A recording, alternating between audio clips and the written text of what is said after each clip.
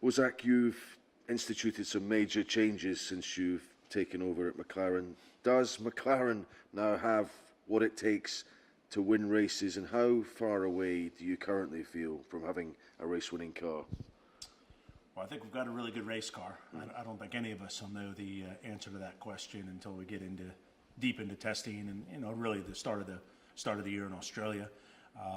The men and women at McLaren have worked unbelievably hard, as they always do, over the winter, and they know how to produce race-winning cars. So a little early to get into predictions, but we're certainly going to give it everything we've got. So is it a case of perhaps being able to spring a surprise or two this year? Well, we hope to surprise some people, but we've won 20 world championships before, and so everyone back at the factory certainly knows how to win races. It's been a while, too long, and we think we've got the drivers, the package to be very competitive. You've signed up a number of key partnerships in the run-up to this season. What makes McLaren now an attractive proposition for investors? Well, I think we've got a strong future ahead of us. I think we've always been attractive. Obviously, on-track results are critically important, and you can never get away from those. But McLaren as a brand is also much larger than just a Formula One team. So I think when people partner with us, there's a lot of big technology business, great automotive business. We do different various forms of motor racing, like we did Indianapolis last year. But everyone wants to see us winning, and when you partner with McLaren, you expect us to win. And so to get 5 new partners on board,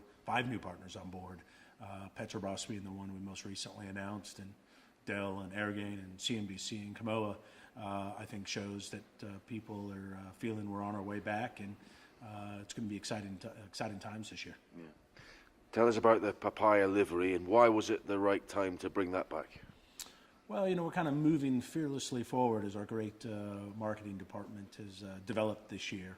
And obviously a rich history with Bruce McLaren, great movie about him last year, and a lot of listening to the fans. The fans for a long time have been saying, go back to the Papaya.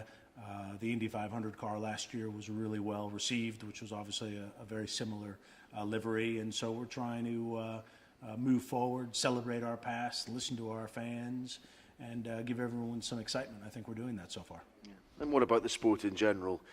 In 2018, what can we expect from Formula One as it continues to change and progress?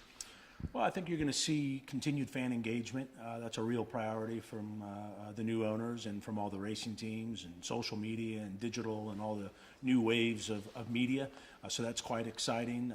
McLaren certainly intend to lead the way in fan engagement, something I think that we've been doing here recently, because at the end of the day, if we have lots of supportive fans, that's what creates a healthy ecosystem for the sport. And then we need to get the rules and the regulations and the budgets under control, so more teams can compete at the front, and there can be some more surprises in the sport, because it's become a little too predictable here recently.